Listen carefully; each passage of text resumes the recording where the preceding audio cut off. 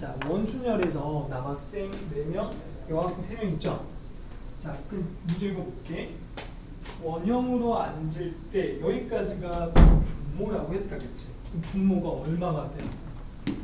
네 번째 문제는 6팩토리죠. 6팩토리. 자, 분자. 여학생이 이웃한다. 그럼 남학생 4명인데 여학생 3명을 하나로 보는 거니까 이거를 우리가 5개로 보는 거지. 그럼 5개니까 4팩토리죠. 원순열에서 곱하기 요 안에서는 자리 바꿀 수 있으니까 3팩토리. 이게 첫 번째 답이 되겠고요. 두 번째는 이번에는 뭐야? 여학생이 이웃하지 않는다고 했으니까 남학생을 먼저 원탁에 앉히는 거야. 분모는 똑같을 거고 남학생을 먼저 앉힌단 말은 이 4명을 남학생을 앉히는 방법은 3팩토리잖아. 그치? 그럼 3팩토리 곱하기 그 다음에 어떻게 해야 돼? 남학생을 앉히면 더 이상 이게 대칭성을 잃어버린다고 했기 때문에 이제부터 원순열이 아닌 거야. 그냥 하나, 둘, 셋, 네 군데에서 3명을 골라서 넣으면 돼요. 4개 중에 3개니까 이때는 4P 3이요란 이거죠. 이게 정답이 되겠죠. 그래서 이웃하지 않을 때는 나머지를 먼저 앉혀놓고 그 사이사이와 양 끝에다가 앉힌다는 거야. 아시죠? 이렇게 두 번째 정답이 됩니다. 그럼 바로 넘어갑시다. 일단은 어서 나. 자, 이번에 5번인데요.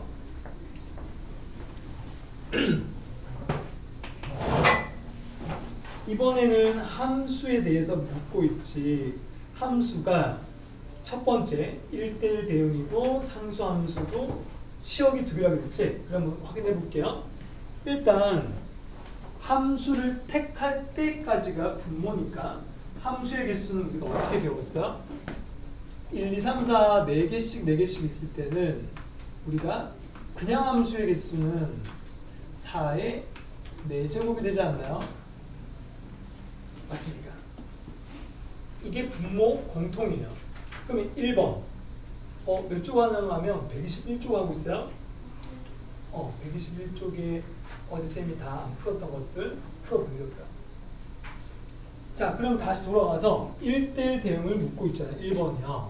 그럼 1대1 대응은 뭐죠? 이 4개를 순열로 가는 거지. 그러면 4팩토리. 이게 1번 답이 되고요. 2번 답은 또 4의 4제곱분의 자, 이번엔 상수함수. 상수함수의 개수는 어떻게 결정된다고 했냐면 이게 y라고 하니까 y의 개수만큼 나오죠. y의 개수만큼이니까 4개가 답이 될 거고요. 자, 마지막 세 번째 4의 또 4제곱분의 자, 마지막 걸 어떻게 해야 되냐면 치역이 2개라고 했죠. 그럼 어떻게 해야 돼? 일단 y 중에 어떤 놈이 치역인지를 골라야 됩니다. 아무거나 선생님이 골랐어요. 얘를 고르는 방법이 4개 중에 2개다. 맞나? 그럼 고르고 나서 이제 어떻게 해야 돼? 이 남아는 왼쪽에 있는 4놈이 1, 2에 골고루 오는 거잖아요. 그러면 1, 2, 3, 4를 1, 2에 넣는 방법은 뭐가 되냐면 중복순열이 되죠. 맞습니까? 그러면 2의 4제곱이 된다. 근데 빼기 뭐 해야 돼요? 한쪽으로 몰릴 수 있잖아요. 1한테 다 가는 경우, 2한테 다 가는 경우 2가지를 빼주셔야 된다. 이해되십니까? 여기까지요. 뭐 계산은 따로 안 할게요. 할 수 있을 거니까 뭐 그죠? 자, 이렇게 해서 넘어가겠습니다. 근데 선생님이 좀 빨리빨리 넘어가는 거는 문제가 많아서 그런 것도 있는데 이해가 또 되니까 넘어가는 거거든. 이해가 안 되면 선생님한테 물어보면 되겠죠. 수민이 잘 이해되고 있어요? 좋아. 가이드 책 오늘 다 챙겨왔어. 오자마자 근데 좀 이해는 되니? 알겠어요? 넘어갈까요? 좋아요. 122쪽입니다. 선생님이 너희 코칭쌤 시간에 또 문제 푸는 시간 개별적으로 많이 있지 않니? 이렇게 문제 풀어보고 이렇게 하잖아요. 그때 또 많이 풀어보면 되니까 선생님이 너희가 3시간 동안 막 문제 계속 푸는 건 좀 아닌 것 같기도 하고 선생님이 좀 알려주려고 하는 거야. 알겠죠? 자, 해봅시다. 6번이요. 자, 6번. 어려우면 천천히 할게 이거죠. 6번에 자, 첫 번째 스튜던트 7개가 있대. 나열한대요. 7개를 나열할 때까지가 분모인데 얘는 나열할 때 뭐가 있냐면 같은 문자가 있단 말이에요. 그럼 써볼까? 자, 이게 스튜던트잖아요. 자, 일단 7팩토리가 전체 경우의 수인데 맞죠? 문자 7개니까요. 그럼 7팩토리 중에 같은 문자 세워보세요. T 2개 있죠? 맞나? 그 다음 또 같은 거 이제 없나? 이제 같은 거 없네? 그죠? 아니 같은 문자가 있는지 물어보는 거 없잖아요. 2개밖에 없죠? 그럼 이까지 이 팩토리까지 여기까지가 전체가 분모가 되는 거죠. 이해되십니까? 여기까지가 나열할 땐과 자, 그 다음 이거 보니까 뭐야? 같은 문자끼리 이웃한다고 그랬으니까 같은 문자가 여기서 t 2개니까 어떻게 해야 돼요? t 2개를 이웃하게 하면 되잖아요. 우리 이웃할 때 어떻게 하죠? 하나로 본다. 그럼 하나로 본단 말이에요. 얘가 1개라고 생각하면 나머지 2, 3, 4, 5, 6개니까 6팩토리가 되잖아요. 그럼 분자는 6팩토리 해주고 원래는 곱하기 뭐 해야 돼? 안에 있는 것끼리 자리 바꿔줘야 되잖아요.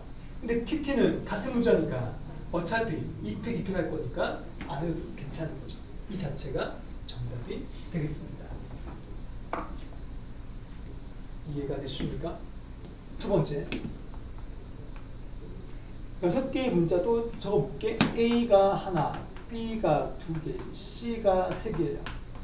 자, 이렇게 해서 6개를 나열할 때까지 또 분모. 그러면 또 뭐야? 6개 6팩토리 나누기 같은 문자 B 2개, C 3개 이렇게가 분모 전체가 될 거야. 그 다음 양 끝에 다른 문자가 온다고 그랬네. 얘들아 다른 문자가 온다는 걸 겨우 나눠야 됩니다. 이제부터 양 끝에 자 A가 오고 B가 오는 경우 첫 번째죠. B 안 된다고요.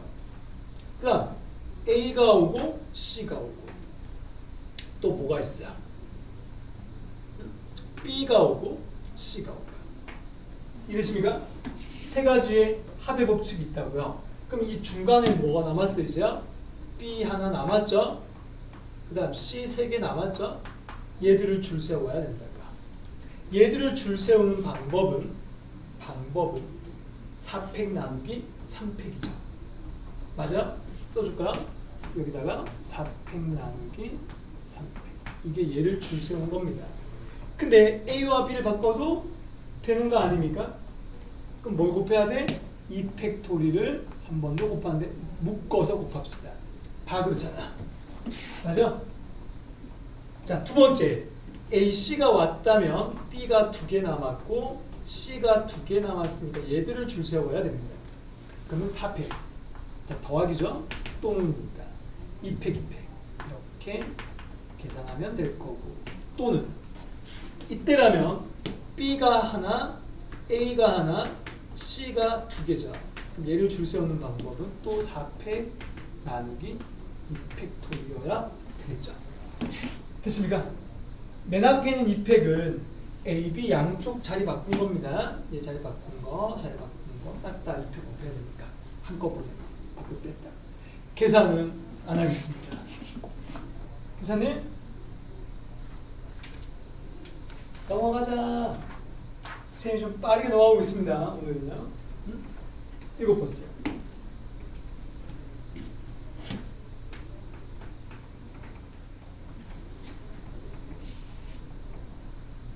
일곱 번째는 약간 말을 좀 책에 없는 걸 좀 몇 개 얘기해 줄게요. 야매라고 합시다. 7번이 뭐냐면 맨 위에 제목 있죠. 완전순열, 뭐 교란순열. 교란순열, 완전순열이 어떤 건가 하면은 문제 다 읽어보면 알 겁니다. 자, 봐요. 4개의 객실에 묵고 있는 4명의 투숙객이 있는데 4명 모두 남의 방 열쇠를 받는다고 했잖아요. 이 말이 무슨 말인가 하면 만약에 방이 ABCD라고 하자고 우리끼리요. 열쇠는 소문자 ABCD라고 할게. 그럼 1번 상황이 어떤 상황인가 하면 A 밑에 절대 A가 못 들어간다는 거야. 맞아. 자기 열쇠 안 가진다고 했으니까. 당연히 B한테도 B가 못 가고 C한테 C가 못 가고 D한테 D가 못 가게 줄 세우라는 거야. 그걸 완전 수면이라고 합니다. 이 책의 제목이 말이야. 이 개념의 제목이. 그러면 우리가 어떻게 해야 되냐면 원래 정석은 뭐냐면 수영도를 그리는 거야. 수영도 알아요? 수영도 알아요? 수영도 뭐냐면 여기에 올 수 있는 게 뭐야? A가 오거나 B가 오거나 C가 올 수 있잖아요. 맞나요? 그럼 이제부터 A가 왔다면 얘한테 올 수 있는 건 이제 B, C, D 중에 올 수 있는데 B가 못 오니까 C가 오거나 D가 오거나 밖에 없잖아요. 이해되세요? 경우를 나누고 있는 거야. A한테 잠깐만. 아니 A한테 A 못 오잖아요. 좀 작정한 것 같은데? A한테 A 못 온다니까요. B, C, D지. B, C, D. 쏘리 다시. B가 왔다면네. 그럼 B가 왔다면 남은 게 뭐야? A, C, D잖아요. 그럼 여기는 A가 올 수 있고 C가 올 수 있고 D가 올 수 있죠. 이렇게 줄 따라가는 거. 이렇게 줄을 따라가는 게 바로 수영도입니다. 그럼 얘가 A가 왔다면 남은 건 CD 남았으니까 거꾸로 써야 되잖아. 맞죠? 이렇게요. 그 다음 C가 왔다면 남았는 게 A하고 D가 남았으니까 여기에 D가 와야 되고 여기 A가 와야 되죠. D가 왔다면 A, C가 없으니까 여기가 A가 오고 여기가 C가 와야 되니까 총 몇 가지예요? 세 가지가 나오잖아요. 얘가 세 개 나왔으면 얘도 세 개겠네? 얘도 세 개겠네 하고 미리 추리를 하는 거야. 그럼 총 9가지인 거예요. 알겠습니까? 이렇게 구하는 게 바로 수영도 풀입니다. 9가지라고. 9가지요. 9개. 문제를 다 돌아가서 문제를 뭐라고 했냐면 4명의 투숙객에게 열쇠를 나누어 줄 때까지가 4팩토리잖아요. 그럼 정답은 4팩토리분의 9가 돼야 되니까 그냥 답까지 한번 볼봅시다. 이게 답이어야 된단 말이에요. 1번 답이야. 맞습니까? 그러니까 이렇게 푸는 게 뭐라고? 수영도 풀리니까요. 근데 이게 개수가 4개라서 그렇지 개수가 5개로 늘어나고 이러면 애들이 좀 어려워할 수 있단 말이야. 그런 경우를 대비해서 다른 공식을 알려주려고 합니다. 오케이? 여러분? 자, 이건 책에다 좀 적어놔주세요.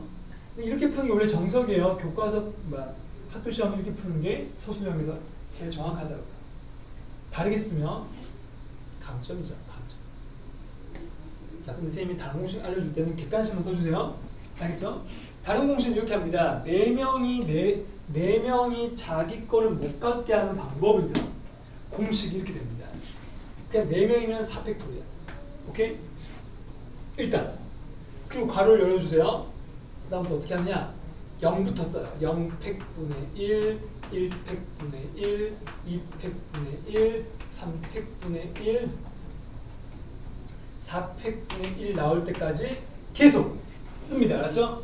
그리고 여기다가부터 더했다가 뺐다가 더했다가 뺐다가 하시면 됩니다. 오케이? 자, 계산해볼래요? 거꾸로 했다. 빼기 더하기다. 빼기 더하기. 빼기 더하기 빼기 더하기. 이게 날라가거든요. 자, 수도 까먹지 마세요. 이 앞에 원래 플러스가 있잖아. 맞잖아. 그러니까 뿔마 순서를 하는 거야. 얘가 원래 양수니까 플러스 생각해 있는 거야. 그럼 다시 돌아가서 얘 날라가지고 이렇게 0팩도 1인 거 알죠? 1팩도 1이고요. 0팩 1입니다, 여러분. 그럼 날라가서 없어져요. 그럼 남아는 계산하면 돼. 자, 이거 계산하면 어떻게 돼요? 24에다가 2를 나누는 거니까 12죠. 그 다음 24에다가 6을 나누는 거니까 4죠. 그 다음 플러스 1이죠. 이게 9개 나오거든요. 아까 9개 나왔던 거랑 똑같죠? 이게 항상 성립합니다. 5개일 때 어떻게 하면 돼? 5팩으로 시작하고 끝에 5팩 나올 때까지 하고 플러스 마이너스 가는 거야. 이렇게 푸는 거를 고등학교 때 나오지 않고요. 대학교 때 나옵니다. 대학교 때도 수학과 안에서도 조합론이라고 해서 그 과목이 있어요. 근데 우리는 지금 그거 모르는 상태니까 그냥 공식만 알아두시면 돼요. 참고로 기억하세요. 오케이? 안 좋아하면 돼요. 외울 수 있겠니? 그래. 써놓자. 이 하얀 색깔만 써주면 되지 않나요? 4명이 전부 다 자기 거를 안 가지게 되는 경우의 수를 구했습니다. 알아두면 좋겠죠. 교란순열이라고도 하고 완전순열이라고도 하고 바보순열이라고도 하고 이름은 많습니다.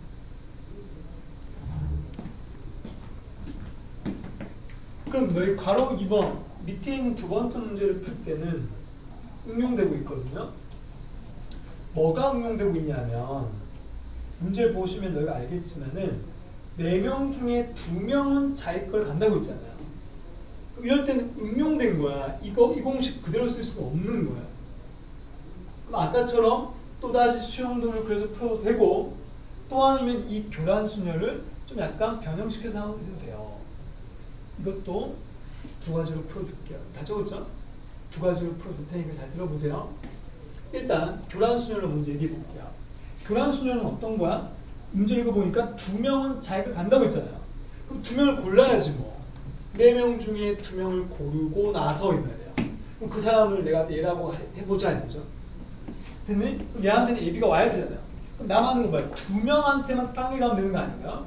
그럼 2명이 자기 거 안 가지게 하는 방법은 뭐야? 2팩토리 또 아까처럼 0팩, 1팩, 2팩 끝내면 되는 거죠. 어차피 날라가면 이거 1입니다. 알았어? 답은 분자 6밖에 안 달았죠? 분자 6 아까 거 밑에 24였잖아요. 답은 4분의 1이겠죠. 이해되시죠? 그러니까 교란순열을 쓸 때는 이런 식으로 나머지를 정해놓고 하면 됩니다. 근데 지금 같은 경우는 이 교란순열이 오히려 더 복잡하죠. 왜냐하면 CD는 무조건 거꾸로 가지면 되는 거 아니에요. 한 가지밖에 없어요. 이게 한 가지밖에 없는 거예요. 굳이 안 써도 되겠죠? 무조건 이거 쓰려고 하지 말고 적절하게 쓰시면 됩니다. 개발이 이런 문제 풀이는 7번 문제는 자주 나오는데요. 그래서 좀 별표 쳐놓고 7번 유형은 연습을 좀 많이 해주셔야 됩니다. 아셨죠? 수영도 그리는 것도 아까 하셨던 거 기억하시고요. 자, 그러면 네, 그럼 밑에 있는 그 바로 확인 유제 222번도 같은 답이 나오겠죠. 그렇지 않나? 자기 수험표를 안 가진다고 했으니까 똑같잖아. 열쇠하고요. 그 위에 있는 첫 번째 문제 답이랑 똑같을 겁니다. 그렇게 생각하시면 돼요. 넘어가겠습니다. 124쪽이요. 선생님이 좀 빠르게 나가고 있는데 잘 따라오고 있나요? 잘 따라오고 있어요. 8번 갑시다. 자, 제목을 보면 대충 알겠지. 부분집합의 개수입니다. 우리가 그 수학 하를 할 때 아마 배웠긴 배웠는데 좀 그거랑 좀 접목을 해가지고 풀어봅시다. 자, 뭐라고 했냐 문제죠? 부분집합 중에 한 개를 택할 때 그랬죠. 맨 위에 말이야. 맨 위에 그럼 분모는 뭐가 된다는 거야? 전체 경우의 수는 부분집합 중에 한 개면 부분집합 몇 개죠? 원소가 지금 6개짜리잖아요.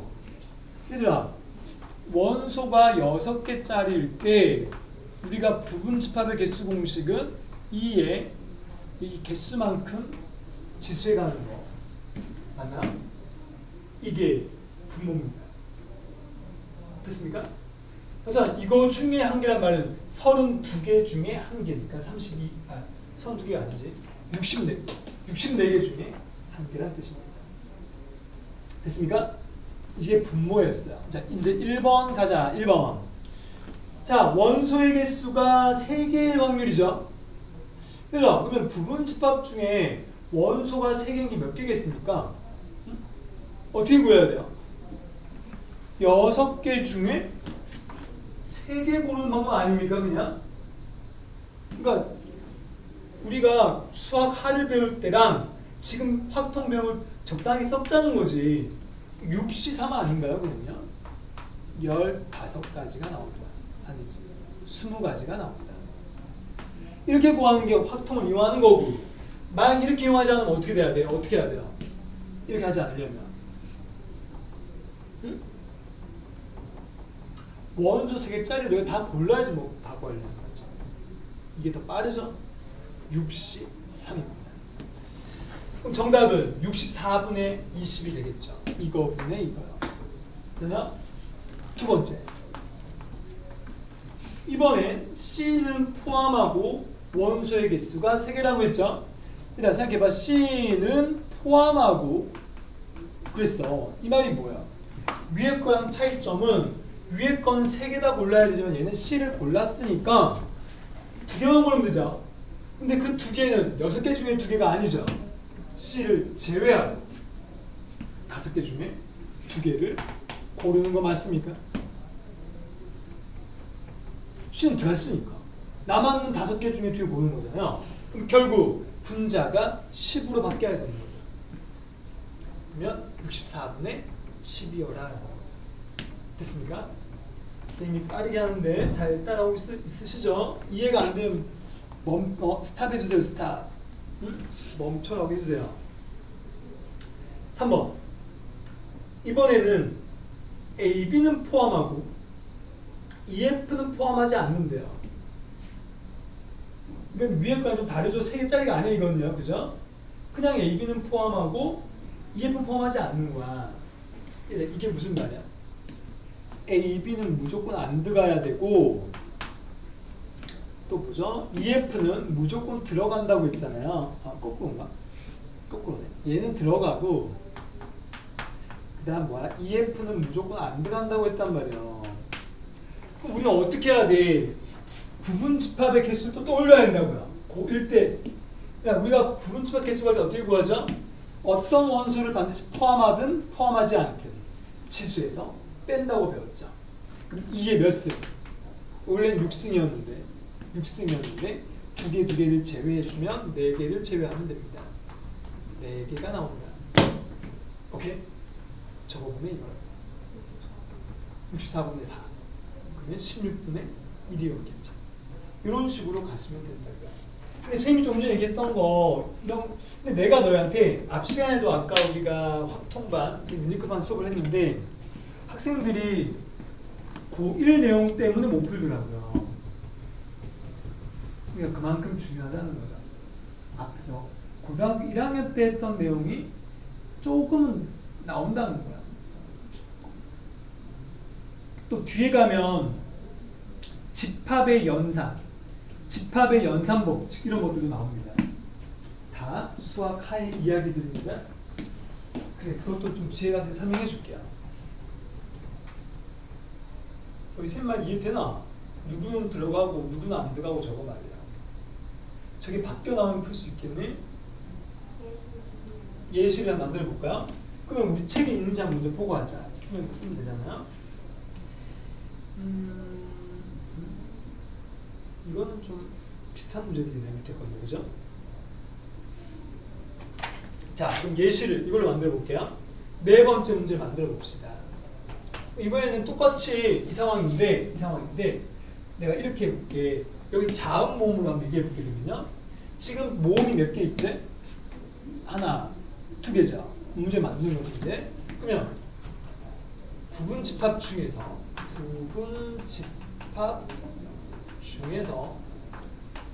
모음을 적어도 좀 더 어렵게 만든 거지. 적어도 하나는 포함한다. 포함할 확률. 이걸 물어봤다고 생각을 해보세요. 너 이런 거 분명히 고1 때 풀어본 적 있을 겁니다. 적어도 하나. 맞아요? 풀 수 있겠습니까?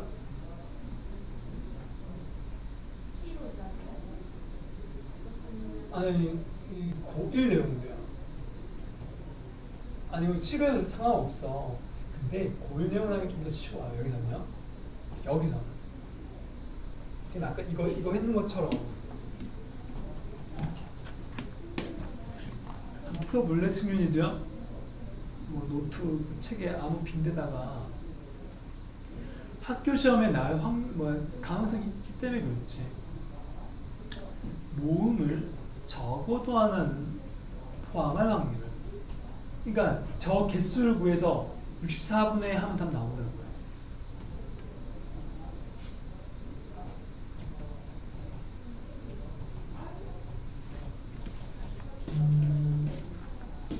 시간을 좀 줄까요?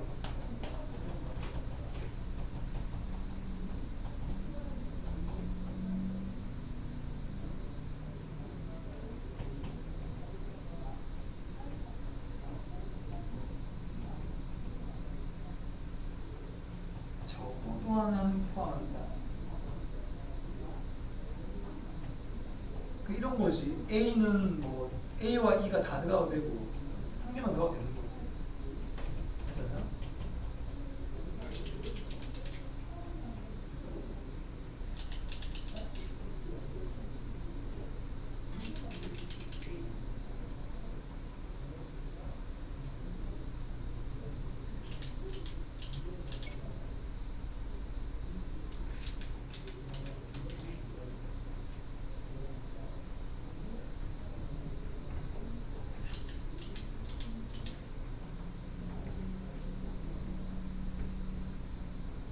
프로님? 아, 답 나왔는데 이상해요? 개수가 몇 개 나왔어요, 그러면? 응? 한 개 나왔어요. 한 개. 그럼 64분의 1이라는 거잖아요. 아, 확률이 1 나왔다는 거야? 그건 아닌 것 같아요, 그죠? 여기서는. 왜냐하면, 그러면 전부 다라는 뜻인데, 전부 다 A와 그 모음이 들어가는 건 아니거든요. 맞지 않나? 자음만 있을 수도 있잖아. 그렇게 생각을 해보면 일단 같이 해보지 뭐. 어떻게 해야 돼요, 여러분? 전체 경우의 수에서 뭘 빼면 돼요? 둘 다 안 들어가는 거야. 둘 다 안 들어간다는 말은 B, C, DF로만 이루어져 있는 거야. 이렇게. 맞습니까? 그럼 64 빼기 16이니까 48이어라 이거죠, 분자가. 그럼 정답은 64분의 48이 될 거니까. 맞죠? 16으로 약분하면 4분의 3이겠죠. 맞습니까? 그래, 문제를 바꿔봤는데 뭐 이해가 됩니까?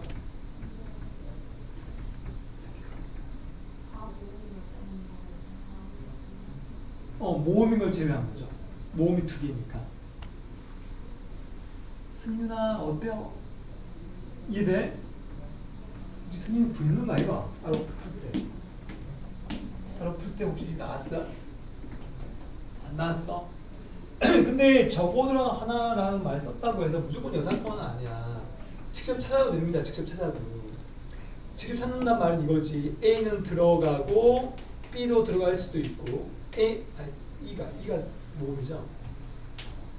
둘 다 들어갈 수도 있고 A는 들어가고 E는 안 들어갈 수도 있고 A는 안 들어가고 E가 들어갈 수도 있는 거 아닌가요? 맞죠?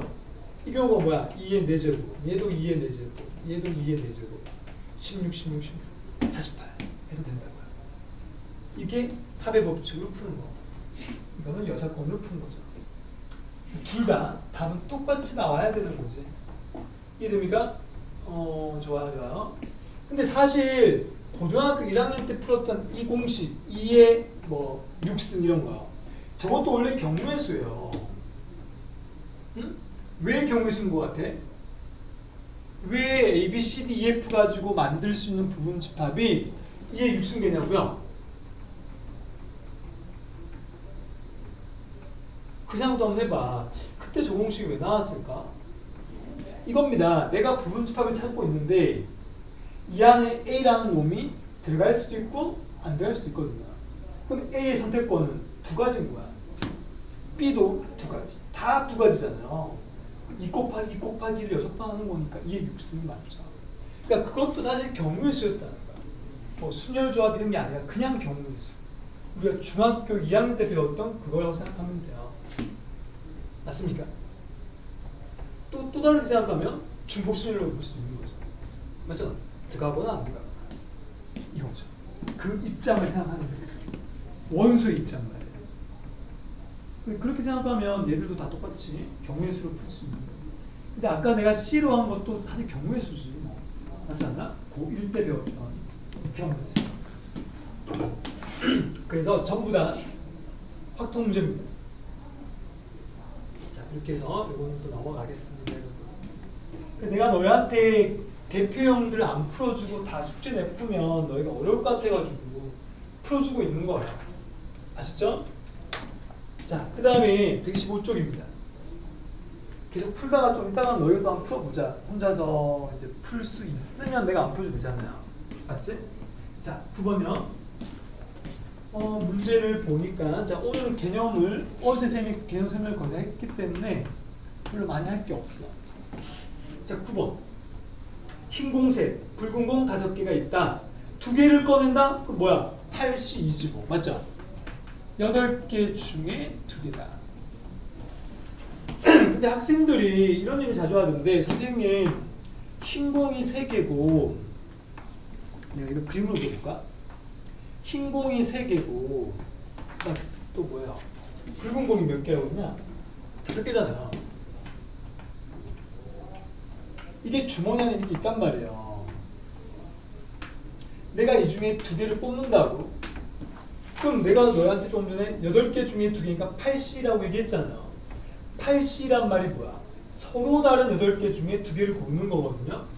또 어떤 학생이 묻더라고. 선생님, 아니 같은 흰 공끼리 똑같으면 같은 걸로 봐야 되는 거 아닙니까? 너희는 어떻게 생각해요? 같은 걸로 봐야 돼요? 다른 걸로 봐야 돼요? 선생님은 결론 얘기했어. 다른 걸로 보는 거야. 그러니까 이런 거야. 일단 똑같은 상황 있잖아. 예를 들어가지고 흰 공 3개하고 빨간 공 5개가 있는데 이거를 일렬로 줄 세운다고 한다면 줄 세우는 방법에서는 흰 공은 위치가 어때요? 바뀌어도 그 배열은 같은 거잖아요. 그럴 때는 같은 걸 보는 거야.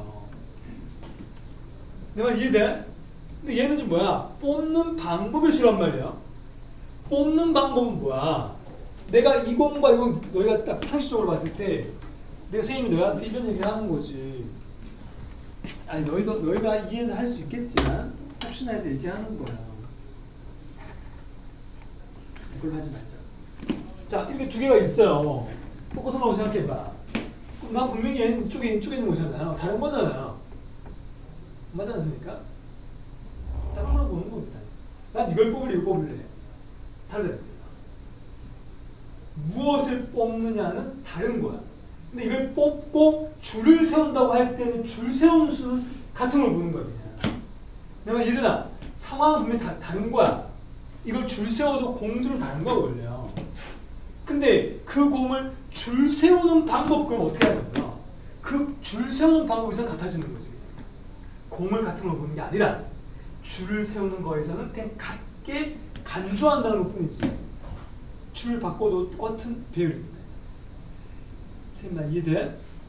계속해서 뭐예요? 상식이라기보다는 뭘까? 좀 이렇게 너희가 그 상황에 들어가 있다고 생각해보면 되지. 내가 실제로 너희가 이걸 고르고 있다고 생각해보라고. 이거 막 손 막 고를까 이렇게 막 이렇게 지어가지고 딱 뽑을 거 아니야. 근데 같은 색깔이라고 해서 무조건 같게 보면 안 됩니다. 내가 이 공을 뽑느냐 다른 거. 쌤 말이 이해되십니까? 8C라고요. 분모가. 아까 학생이 질문했길래 대답을 하고 있습니다. 그냥 다른 학생한테 했던 이야기입니다. 자, 근데 그것이 모두 붉은 공일 확률. 그럼 뭐야? 5개 중에 2개 고르면 되는 거 아니야? 이게 1번 답이다 이거죠.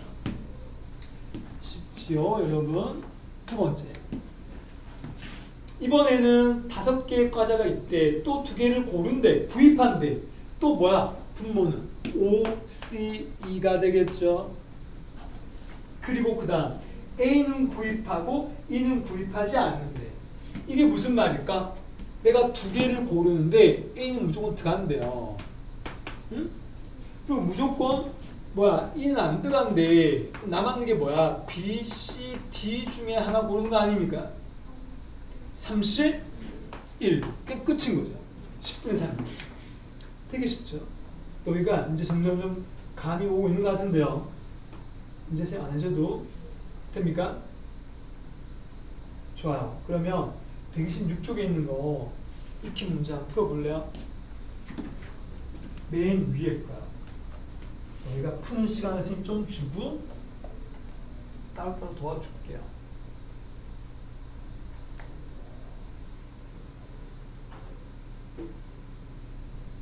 선생님 어제 너희 시험 친 날짜 물어봤죠? 형고등학교 때 어제 전화하는 것 같은데 여기다가? 응? 맞죠? 10월 5일 맞죠?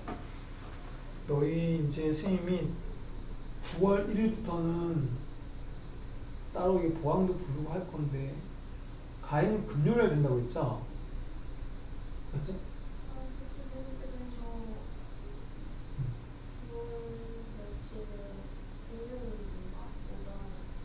아 맞아 너희 9월달 있잖아 그 추석 연휴 있지 않나요?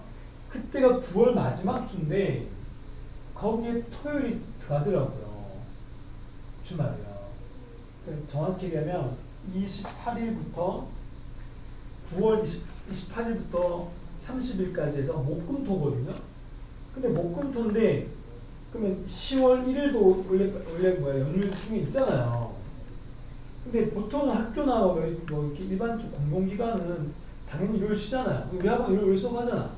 그러니까 너희 목금토만 추석 연휴라서 안 오는 거고 일요일은 원래 수업대로 합니다. 정상 수업 한대요. 근데 일단 뭐 그때 가서 한번 얘기하면 되는데 왜냐면 그때쯤 되면 너희가 이제 학교 이제 내신들이 가까울 때거든. 며칠 안 남고 이럴 때 있잖아요. 그럼 만약에 너희가 이제 10월 5일부터 시험을 친다면 그 중간에 막 수학을 언제쯤 보잖아요.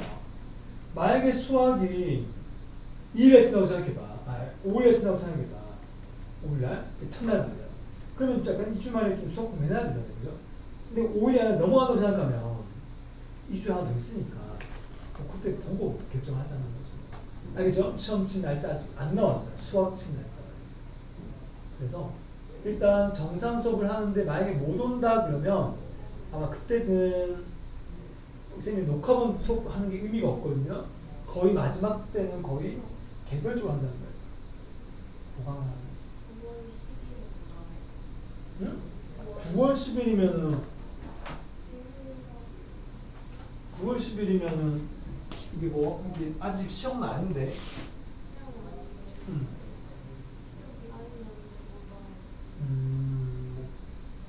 뭐 사유가 있을까?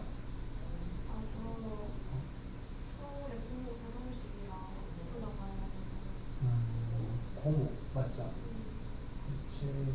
그러면 이날 만약에 못 오면 선생님하고 그때 아마 이게 선생님하고 시험들이 막 하고 있을 때이기 때문에 선생님 영상 수업을 할 거거든요. 그럼 영상으로 선생님한테 보내줄 테니까 영상 수업을 해보고 분명히 영상 수업은 개별 첨삭 같은 게 안 된단 말이에요. 그런 거는 아까도 있지만 뭐 다른 날 우리 금요일들 뭐 주말에 뭐 일찍 오든 이렇게 보강을 하면 될 것 같아요. 영상 듣고 문제 풀어보고 오면 좋겠죠. 그래야지만 문제 풀고 그 다음 주 됐을 때 말이에요. 왜냐면 너무 텀이 길어지니까 주중에 좀 공부하고 주말에 와서 질문하고 보강 잡고 어떻습니까? 괜찮아요? 네, 가희가 이제 고모 결혼식 한다고 이제 고모가 또 뭐랄까 이제 결혼식 하면 자주 더 못 보고 이러지 않나요? 맞아 원래 이게 결혼하기 전에 자주 볼 수 있는데 고모가 있는지 몰랐다고? 그게 무슨 말이야? 그럼 안 친다는 거야?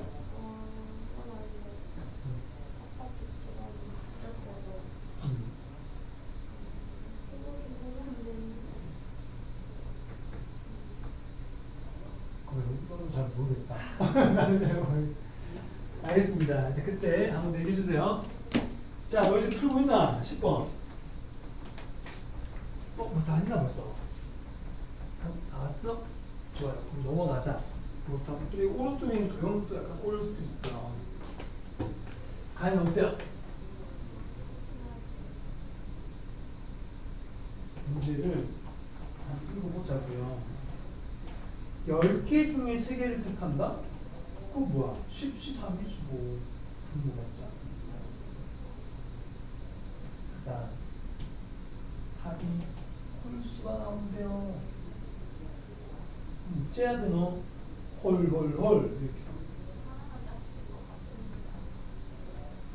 아, 여사건하겠다. 근데 합인데 합이 홀수면은 홀홀홀이거나 홀짝짝 아니야? 하나만 짝수인 거야. 다 짝수인 거 빼야죠. 빼려고. 그러니까 얘는 빼는 거랑 직접 더하는 차이가 별로 없네요. 그런 식으로 경우를 좀 찾아보면 분자를 먼저 구해야 돼요.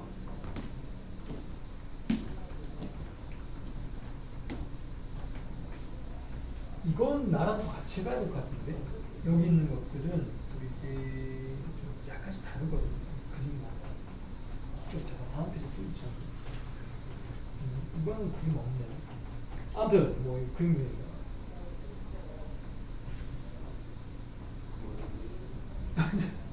아니 고민을 좀 더 해보고 얘기해야 될 거 아니야. 그런 안 돼요. 그럼 선생님 같이 해보자. 이게 도형을 좀 알아야 되거든요. 그래, 가인은 10번 해결했나요? 넘어갈게요. 그럼 우리 다음 페이지로요. 이거 같이 해보자. 그러니까 너희가 할 수 있는 건 너희가 하고 아닌 건 같이 하자고요. 그리고 어저께인가 선생님이 설명하다가 확률의 수학적 확률 말고 왜 통계적, 기하학적을 뛰어넘겼죠. 어제도요. 어제 했던 기억나요? 수학적 확률, 통계적 확률, 기하학적 확률. 근데 기하학적 확률하고 통계적 확률은 우리 책에 나오긴 나오더라고요. 미리 한번 넘겨볼래? 어디 있어요? 129쪽에 있는 문제가 바로 통계적 확률의 참고 문제입니다. 그 다음 130쪽에 있는 게 기하학적 확률의 약간 참고적인 문제라고 생각하면 돼요. 그래서 우리가 지금 막 풀고 있는 경우의 수분의 경우의 수를 하지 않는다는 겁니다. 이건 알겠죠? 미리 얘기하면. 그래서 그건 시험 나올 확률이 적다는 거야. 지금 세면을 같이 푸는 게 중요합니다, 여러분. 자, 117쪽에 있는 맨 위에 박스에 있는 마프리킴 11번 얘도 별표를 해주셔야 됩니다. 별표의 기준은 시험에 자주 나온다라는 거지. 자, 써볼게요. 얘들아, 점이 몇 개 있니? 점이 몇 개 있어? 8개가 있죠. 점을 다 뭐 대충 찍어 보겠습니다. 하나, 둘, 셋, 넷, 맞아? 넷, 다섯, 여섯, 일곱, 8개야. 됐죠? 자, 그리고 나서 문제에서 뭐라고 했냐면 8개 중에 3개를 택한다고 했거든? 그럼 분모는 전부 다 뭐야? 이게 분모가 되겠네요. 8개 중에 3개를 고르는 방법이야. 그러면 분자는 뭐냐면 직각삼각형이 된다고 했는데 이런 문제 풀 때 너희 직각삼각형 한번 그려볼게. 직각삼각형의 가장 좀 쉬운 걸 그려보면 이렇게 지름을 지날 때입니다. 너희 그 중학교 3학년 때인가? 그때 배우지 않나요? 원주각 이런 거. 지름일 때 중심이 어딘가 있을 거 아니야. 그럼 이 각을 우리는 평각이라고 해가지고 180도로 배웠거든요. 중심각은 180도야 지금요. 그럼 중심이 180도가 되면 원주각은 항상 절반이잖아요. 원주각이 뭔디? 원주각이 뭐예요? 양 끝점을 잡았을 때 나머지 한 점을 이렇게 이어주면 이 각을 우리는 여기에 대한 원주각이라고 합니다. 맞아요? 무조건 직각이죠. 선생님이 얘기하고 싶은 게 뭐냐면 하나의 지름당 점이 하나, 둘, 3개 있으니까 3개씩 나온다는 거야. 근데 위에 3개고 아래에도 3개 아닙니까? 그럼 총 몇 개? 6개인 거야. 하나의 지름에 6개가 나온다. 그럼 지름이 몇 개인지 세야 되겠네요. 곱하기 지름이 몇 개 있습니까? 지름이 몇 개 있어? 4개 아닙니까? 점이 8개니까 만들 수 있는 지름 4개잖아요. 뭐 굳이 안 꺼도 되잖아요. 이렇게 꺼도 되고, 이렇게 꺼도 되고, 이렇게 꺼도 되고. 곱하기 4. 이게 첫 번째 정답이 됩니다. 두 번째. 자, 이번에는 뭐야? 이등변을 묻고 있잖아요. 그러면 자, 또 분모는 83이에요. 선생님, 뭐, 말을 너무 많이 했는지, 아니, 경피를 너무 많이 마셨는지, 목이 좀 아프기 시작하네요. 목이. 가해는 멀리서 온다고 또 표현하는데요, 맞죠? 맞잖아요.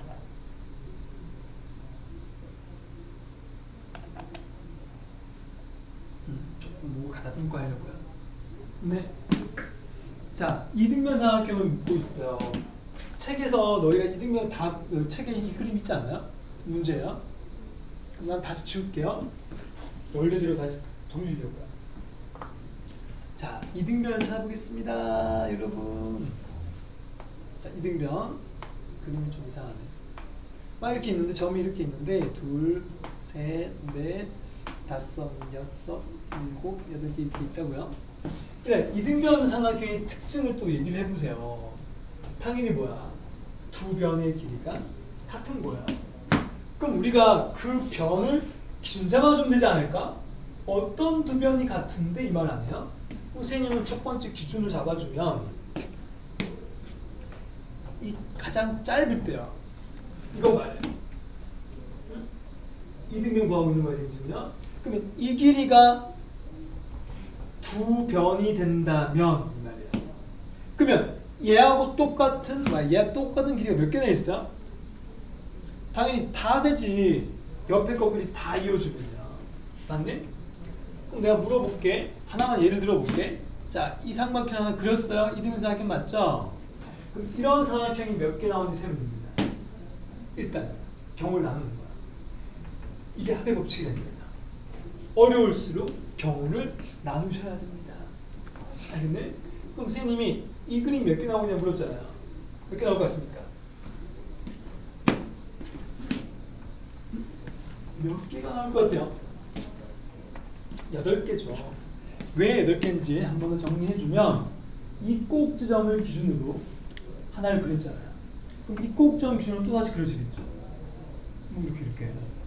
결국 뭐야? 꼭지점의 개수만큼 나온다는 거야. 8개. 그럼 끝난 게 아니고 이제 한 가지 구한 겁니다. 또는 더하기. 맞아? 또는 무조건 더하기야. 그럼 이거 어떻게 해야 돼? 이 변이 옆에 꺾기를 이었으니까 이제는 두 칸 건너가는 것도 할 수 있겠네요. 그럼 두 칸 건너갈 때도 그림을 그려보면 좀 딴 색깔로 그려보면 지금 사실 이 상황이 두 칸 건너가는 거 아니야? 맞죠? 이게요? 맞죠? 근데 얘가 같은 길이 아니니까 아예 선생님 다시 그려볼게 이거죠. 이렇게 얘가 같은 변이 되려면 한 변은 또 이렇게 그려지겠죠. 그럼 이게 하나의 예를 든 겁니다. 지금 예를 든 거예요. 그럼 이런 건 몇 개 나오겠니? 또 아까처럼 해보면 되잖아요. 선생님이 꼭 지점을 기준으로 그랬단 말이에요. 그러면 여기 있을 때 하나 나왔잖아요. 그럼 여기 있을 때 또 나와야 안 나와? 나오면 딱 대충 봐도 이래 그려질 거 아니야. 근데 이걸 조금만 더 중복된인지 확인해 볼게요. 그럼 여기서는 몇 개 나와? 또 이렇게 나올 거야. 이렇게. 아니 중복되는 거 없죠? 그 다음 여기 또 이렇게 그려지겠죠. 이렇게. 맞아? 그 다음 여기 중복되는 게 있어요? 없어요? 중복되는 게 있어요? 없어요?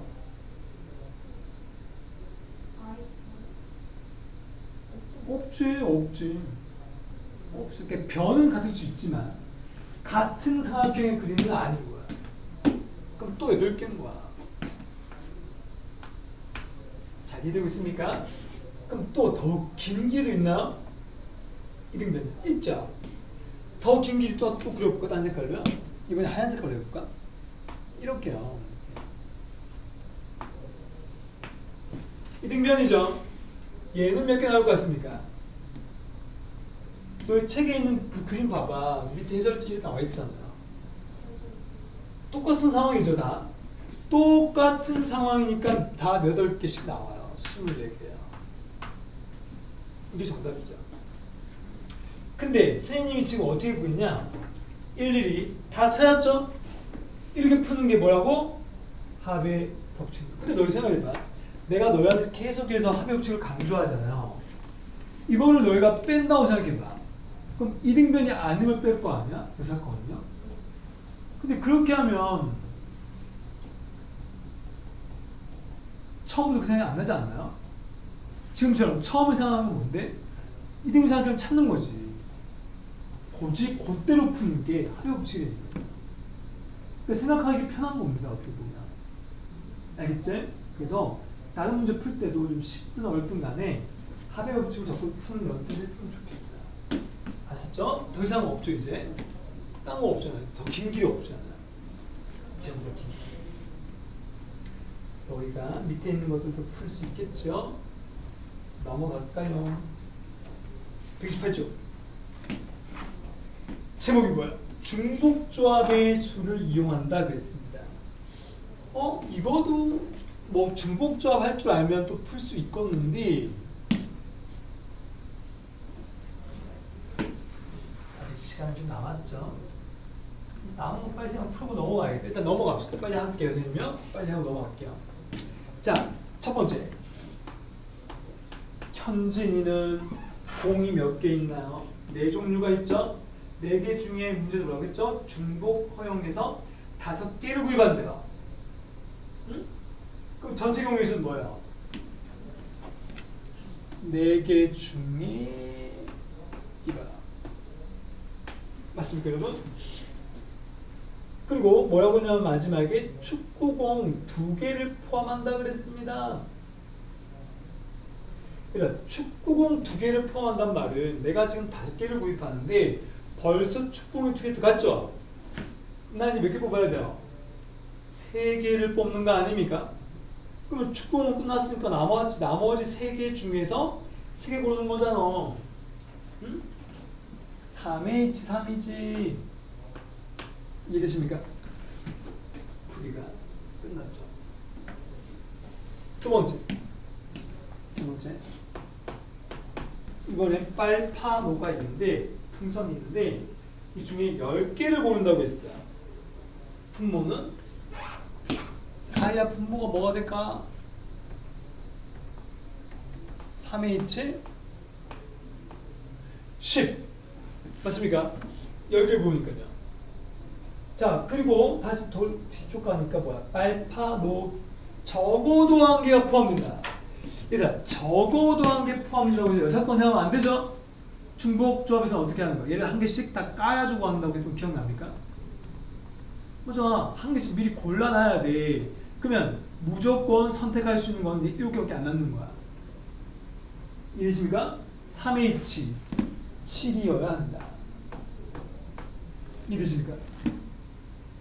1개씩 미리 주고 맞잖아. 빨간색, 파란색, 노란색 일단 1개씩 다 줘야 된다니까. 적어도 1개. 그러면 내가 10개 공이 있었는데 3개는 선택권이 없는 거잖아요. 남아는 7개만 다시 중복조합으로 갈 수 있는 거야. 다시 말해서 빨간색 또 뽑아도 되고 파란색 또 뽑아도 되고 노란색 또 뽑아도 되는 거지 뭐. 그렇지 않습니까? 이렇게 마무리하도록 하겠습니다. 다음 부시 갈까요? 통계적 확률입니다. 일단 통계적 확률은 어제도 잠깐 언급을 했지만 뭐 나온다고 해도 어렵게 안 나온다고 했습니다.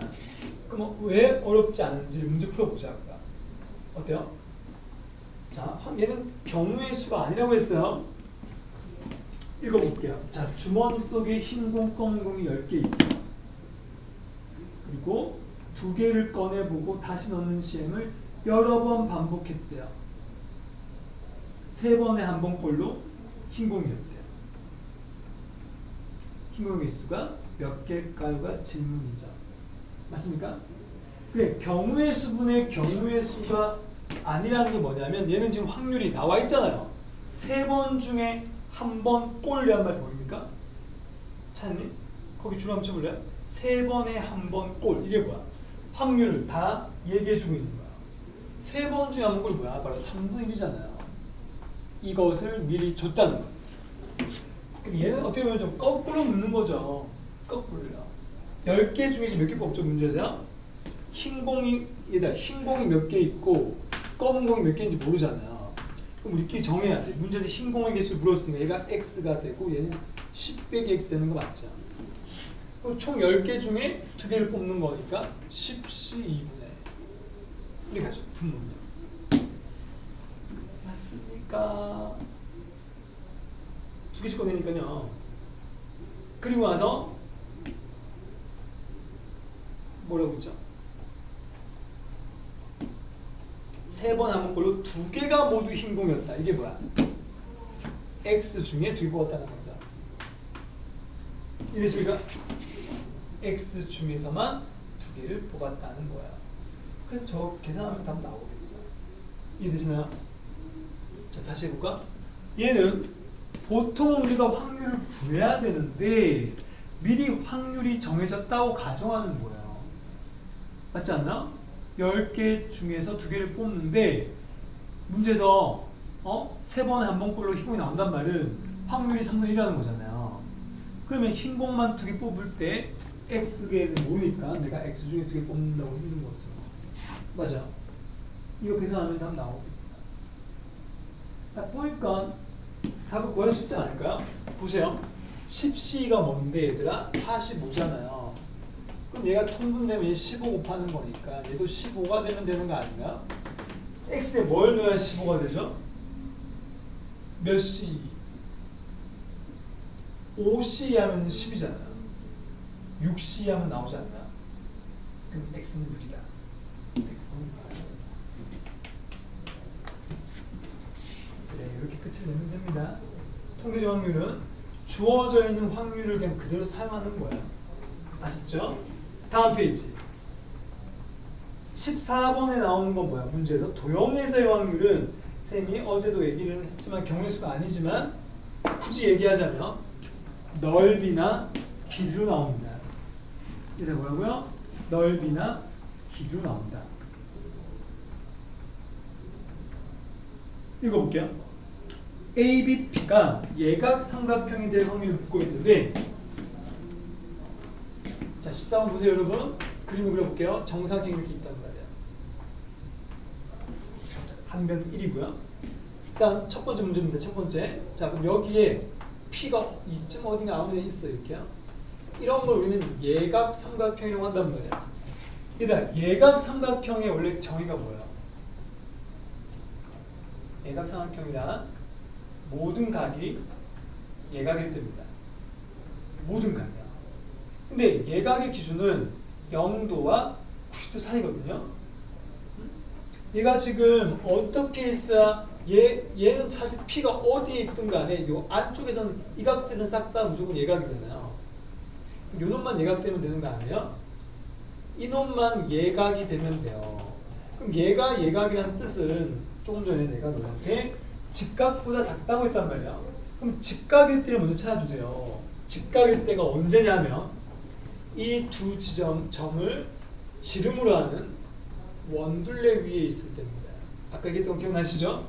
지름일 때 P가 이쪽에 어딘가에 있으면 아무데나 있으면 무조건 직각이기 때문에 이 점들이 바로 이 원둘레 위에 있으면 이 원둘레 안쪽에 있으면 둔각이 되는 거야. 원둘레 위에 있으면 직각이고요. 그럼 원보다 밖에 있으면 되니까 P가 있을 수 있는 영역은 원 제외에 있는 바깥쪽 전체 답니다. 그러니까 P가 있을 수 있는 곳은 저 넓이만큼입니다. 넓이만큼이요. 경우수를 못 구하죠. 무시만 하는 거잖아요. 그러니까 답을 어떻게 구한다고? 넓이분의 넓이로 구합니다. 자, 문제는 뭐라고 했냐면 ABCD의 내부의 P를 잡을 때 그랬잖아요. 그러면 현재까지 P는 사각형 안에 다 들어갈 수 있어요. 사각형의 넓이만큼 들어간다고요. 넓이는 1이니까 그럼 1분의 이 넓이는 어떻게 구합니까?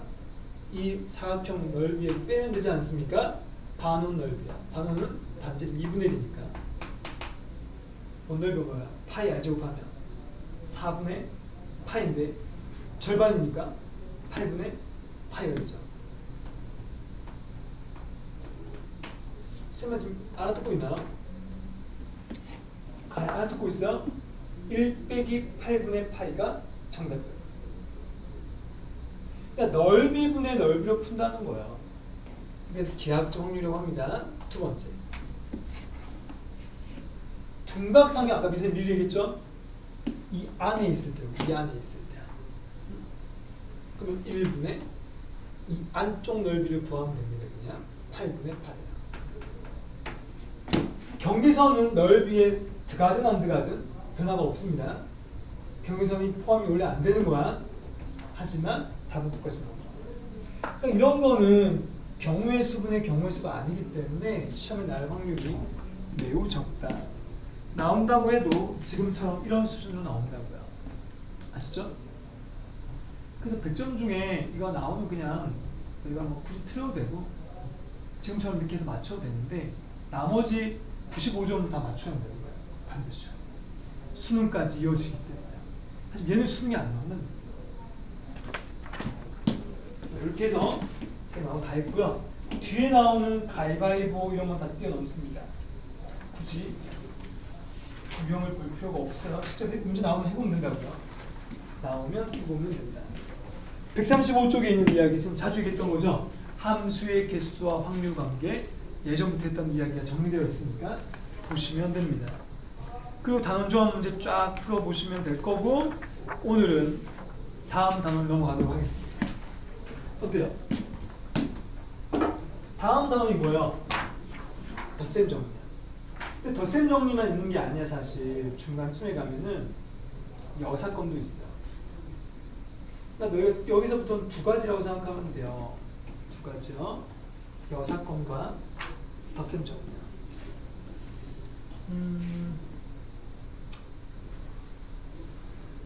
알겠네? 여기 그냥 넘어가지 말자. 이거 하나 풀고 넘어갈까? 이게 좀 애매하네요. 여러분 이거 아직 넘어가지 말고 아까 앞에 잠깐만 돌아가 보자.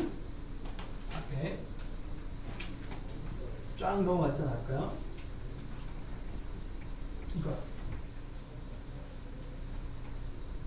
이거를 한번 풀어볼래요. 243번. 그래서 아까 했던 대로 나오면 이렇게 나온다고 했으니까 한번 풀어보려고요. 243. 243번입니다. 가야 풀어보고 넘어갈게요.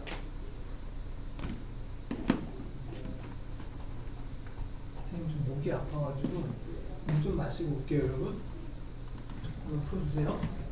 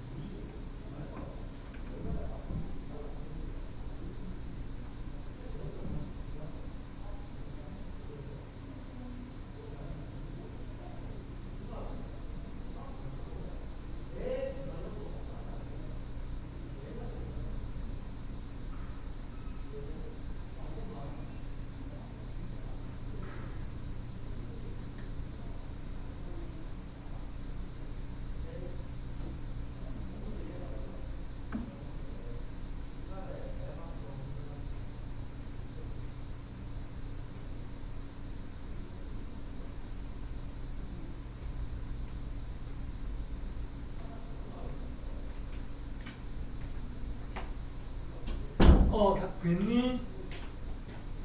뭐 별로 안 어렵죠?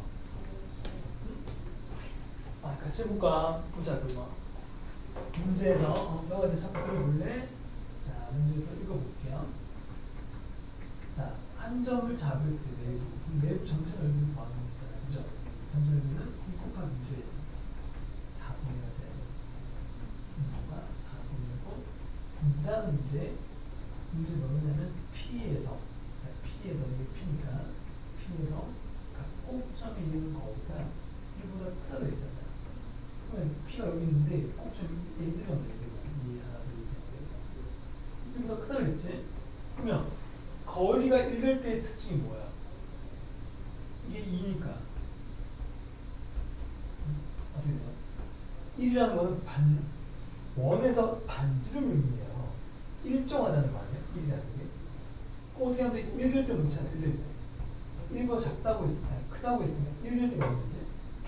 정말 쪽으로 아무거나 A에서 P까지 1될 때가 언제요?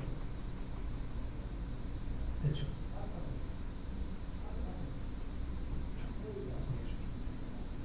제가 꼭점이잖아. 그럼 선생님이 이 반지름이 1이잖아. 얘를 보면 반틈이 1. 그다음에 P가 여기 있으면 되는 거 아니야? 근데 여기 있으면 되죠. 어디? 이런 식으로 되는 거야. 여기 있으면 다 1이야. 반지름. 이래? 그럼 이렇게 있어도 싹 다 1이야. 1보다 크단 말이야. 여기 안에 있으면 돼. 근데 봐봐. 여기 있어 안 돼. 이거 크다고 얘기하잖아. 이거 나중에 있으면 작아지는 거 얘기인가요? 맞지 않니? 그럼 다 그려놓고 해볼게. 다 그려놓고 있으니 어디 있으면 돼? 이거 바깥쪽에 있으면 되는 거야. 이 넓이가 하얀 이거 4개짜리 빼면 되지. 그럼 어차피 이거 4개 합하면은 원 개 나오지 않니? 그럼 전체 넓이에서 그 원 넓이를 빼면 되죠. 지금 1에서가 아니라 4에서죠. 전체 넓이 4. 아니 그냥 위에 분자예요. 근데 못 빼기 8. 이렇게 되겠다. 이게 어차피 3을 사는 거야. 원래는 그냥 한 방에 하는데 4분의 해놓고 분자를 넣으면 4 빼기 8. 어떤 거 같죠? 답이 나오는 거 가죠. 알겠습니다. 좋아요. 답 나왔습니까? 어디 있는지 알겠네? 그림을 안 그렸구나. 그림 그려보면 대충 이렇게 그려진다니까. 이런 식으로 이렇게 이 부분 넓이를 구하는 거지. 맞습니까? 이쪽 어디가 있으면 무조건 반지름 1보다 여기 있을 때 딱 1일 때니까 1보다 클 때는 찾는 거예요. 동시에요. 됐죠? 자, 그렇게 해서 답을 구하는 게 기하학적 확률이었습니다. 넘어갈게요, 여러분. 자, 다음 페이지 가서 아까 다음 단원 가서요. 확률의 덧셈 정리로 가겠습니다. 여러분, 덧셈 정리를 잘하려면 어떻게 해야 될지를 개념 설명을 잠깐 하고 어제 했던 이야기를 다시 한번 더 할 겁니다, 여러분. 자, 보세요. 시간 얼마 안 남았네요. 자, 확률을 푸는 방법은 어저께도 얘기했던 대로 몇 가지 있다고 했죠, 여러분? 확률을 푸는 방법 몇 가지요? 3가지요. 첫 번째는 배반 사건을 이용한다. 배반 사건은 또 뭐라고 했죠? 어저께 내가 이런 얘기 했잖아. 합의 법칙이 중학생인데 고등학생이 된 거예요. 그게 배반 사건이에요. 배반 사건의 특징은 어떤 두 개의 사건끼리 교집합이 없다고 했어요. 그러니까 쉽게 가면 교집합이 없는 거예요. 그리고 사건이라는 거는 여러분 부분집합이라고 했죠. 부분집합이요. 기억납니까? 그러니까 어제 했던 이야기를 이제 오늘은 이제 요약하는 거예요. 그럼 배반 사건으로 풀이야 하는 게 첫 번째 풀이고, 배반 사건에서 예를 들어주면 뭐가 배반 사건인가 하면 짝수가 나오는 사건. 그러니까 주사위를 한 번 던졌을 때 짝수가 나오는 게 하나의 사건이라고 했잖아요. 또 홀수가 나오는 것도 하나의 사건입니다. 이 두 사건은 교집합이 없단 말이에요. 이런 상황을 서로 배반 사건이라고 한다. 맞습니까? 그게 배반 사건입니다. 두 번째 풀이 방법은 뭐예요? 배반 사건은 교집합이 없다고요. A교 집합 B가 0이라는 뜻입니다. A와 B를 가지고. 또 다른 말로 얘기하면 P A 합집합 B는 PA 더하기 PB라는 겁니다. 이거 이해되십니까? 원래는 합집합은 A 교집합 B를 빼야 되는데 그 뺄 부분이 0이기 때문에 굳이 안 쓰는 거야. 두 번째 풀이는 교집합이 있을 때인 거지. 있을 때를 우리는 확률의 덧셈 정리라고 합니다. 덧셈 정리란 조금 전에 했는 것처럼 A 합집합 B가 이렇게 있는데 이번에는 각각을 더한 다음에 교집합을 뺀다라는 겁니다. 아시겠습니까? 마지막 세 번째가 여사건의 확률. 바로 A의 여집합을 구할 때 1에서 A를 뺀다라는 겁니다. 그 다음 확률의 가장 중요한 성질. 어떤 확률은 반드시 0 이상 1 이하다라는 거. 됐습니까? 이게 어저께 얘기했던 이야기였다고요, 여러분. 근데 너희가 모양을 잘 보면 알겠지만, 잘 보시면 알겠지만 비교됩니다. NA 합 B. NA 합 B는 뭐였죠? 1대 A를 지금 복습하고 있습니다, 여러분. NA 더하기 NB 마이너스 NA 교집합 B였잖아요. 맞아. 여기 N이 P 바뀐 게 제가 아십니까? 이거 P로 바뀌었다는 게 뭐냐면 얘를 전체적으로 NS를 나눌 수 있잖아요. 여기 NS로 나누는 게 바로 확률이라고 했죠. 따라서 같은 겁니다. 이거죠. 양변을 곱한 거야, NS를. 자, 근데 얘만 있는 게 아니에요, 이제부터. 그럼 자, N에다가 내가 A에서 P를 뺐다. 이거는 기본적인 개념이고요. 실전에서는 얘들이 나온다는 거야. N이 P로 바뀌어가지고 나온다고. N이 P로 바뀌어서 그러면 이거 알아야 한단 말이야. 고등학교 1학년 내용은요. A에서 B를 빼면 어떻게 됩니까, 여러분? A에서 누굴 빼는 거야? A 교집합 B를 빼는 것과 같다. 기억하셔야 됩니다. P로 바뀌면 PA 빼기 B는 PA 마이너스 PA 교비라는 거야. 세 번째, 여집합 아까 했구나.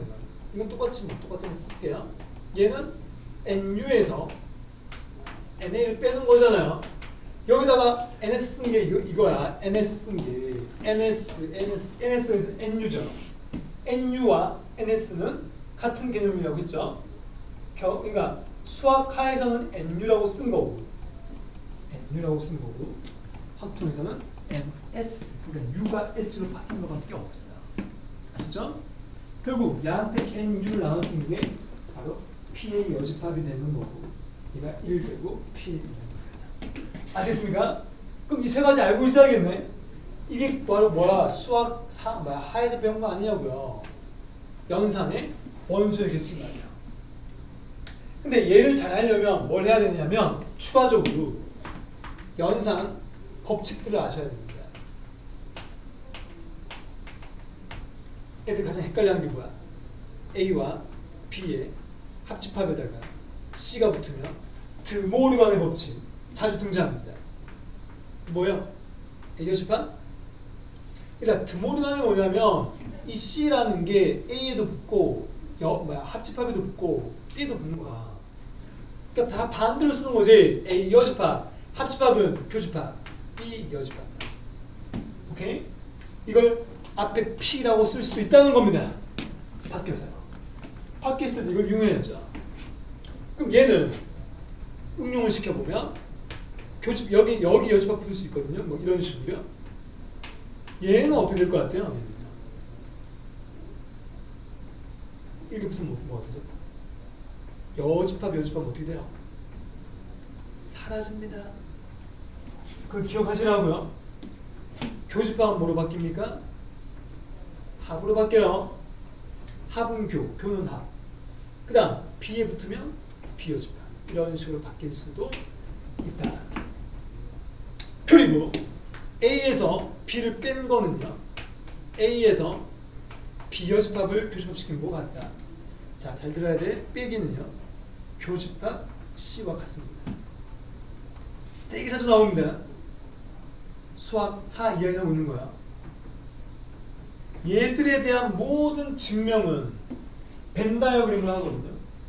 그럼 너희가 벤 다이어그램을 자주 그려야 됩니다. 이 파트에서. 아시겠습니까? 벤 다이어그램. 요 세 가지 자주 등장합니다, 여러분. 자주 등장하니까 추가적으로 알아두셔야 됩니다. 다 했어. 약사건과 지금 제목이 이래니까 얘와 이래니까요. 이 두 개를 푸는데 이것만 하는 게 아니야. 싹 다 알아야 된다. 아셨죠? 자, 문제 하나 풀어봅시다. 시간이 다 돼가지고요. 아, 너희 숙제를 이거 못 내겠다 이거 맞지? 아, 애매하다. 여러분 그죠? 그래도 풀어보려고요. 150점이야. 열심히 잘 적고 있나요? 좋아요. 150조 마플 익힌 1번을 공부하겠습니다. 여러분 이거 하나 풀고 마칠게요. 자, 맨 위에 제목이 뭐죠? 배반 사건이 아니라고 했네. 그럼 뭐 쓰라는 거겠노? 이거 쓰라는 거겠네. 뭐 그죠? 찾아볼게요. 읽어볼게요. 자, 36명이 있다. 제가 아까 뭐라 했노? 벤 다이어그램 그린다고 했죠? 벤 다이어그램 그립니다. 자, 여기서 A 버스, A를 버스라고 합시다. 우리끼리요. 문제는 버스라고 했고 자전거를 B라고 합시다. 우리끼리. B가 자전거야.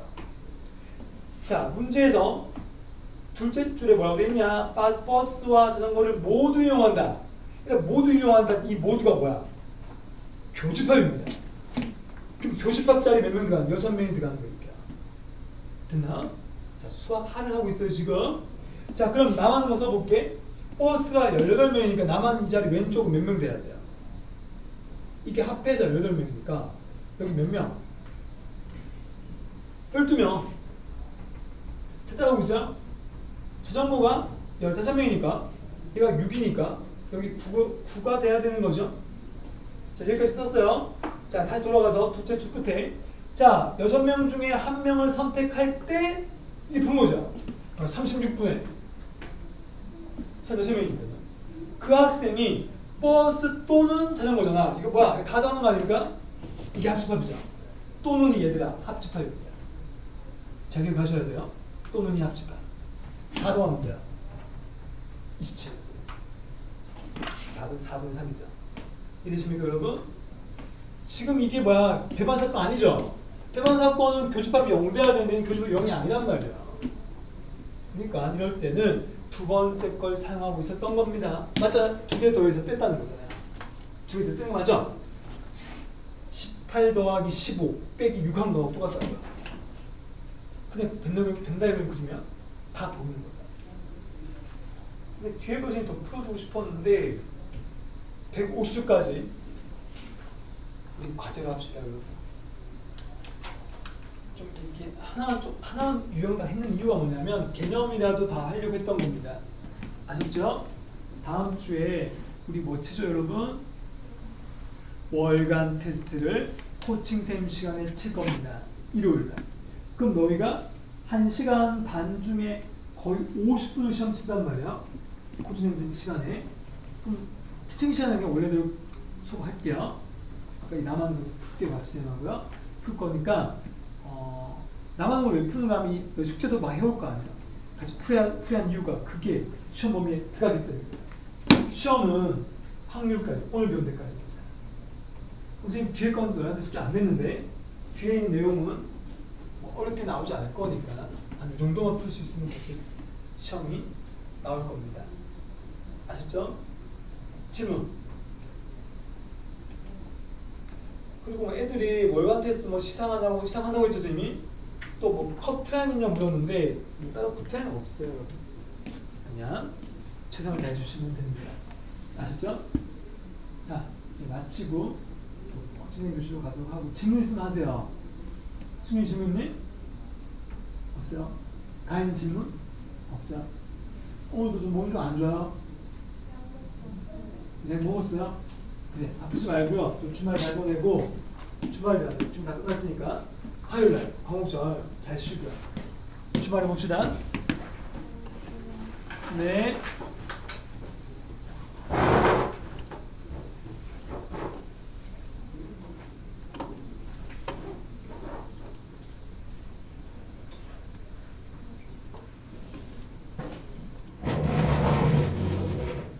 이제 가서 또 공부 좀 하고요.